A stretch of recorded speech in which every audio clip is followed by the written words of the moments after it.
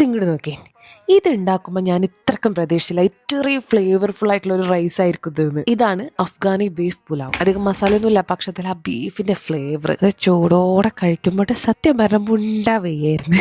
ഞാനിവിടെ DSPയുടെ cookware set വെച്ചിട്ടാണ് കേട്ടോ കുക്ക് ചെയ്യാൻ പോകുന്നത്. ഇതൊരു 7 പീസ് സെറ്റാണ്. നമുക്ക് പലതരത്തിലുള്ള ഫുഡ് ഉണ്ടാക്കാം. അടിഭാഗത്ത് നല്ല കട്ടിയിലുണ്ട്, എല്ലാ ഭാഗത്തും ഒരുപോലെ ചൂട് കിട്ടുന്നുണ്ട്. And it's completely toxin free and good quality. നെയ്യില് ക്യാരറ്റും ഇച്ചിരി പഞ്ചസാരയും ഉണക്കമുന്തിരിയും കൂടി ചേർത്ത് വഴറ്റി വെക്കാം. ഇനി ഇത് മൂന്നും കൂടെ ഒന്ന് പൊടിച്ച് അതിലേക്ക് കുറച്ച് ഗരം മസാലയും കൂടി ചേർത്ത് മാറ്റി വെക്കാം. അവരിതിൽ നെയ്യ് മാത്രമേ ചേർക്കുന്നുള്ളൂ, പക്ഷെ ഞാൻ ഇച്ചിരി ഓയിൽ ചേർത്തിട്ടാ. സവാള നന്നായി വഴറ്റി ഇത് അതുപോലെ ബീഫ് ഉപ്പ് മാത്രമായിട്ട് വേവിച്ചതാണ്. അതിലെ ബീഫ് മാത്രമായിട്ട് നമുക്ക് ബീഫ് ഒന്ന് ഇങ്ങനെ മൊരിയിച്ചെടുക്കണം. ഇനി വെളുത്തുള്ളി ഇഞ്ചി പേസ്റ്റും പച്ചമുളക് ഇട്ട് വഴറ്റാം. എന്റെ പൊന്ന് മക്കളിപ്പോ ഒരു മണം വരാണ്ട്.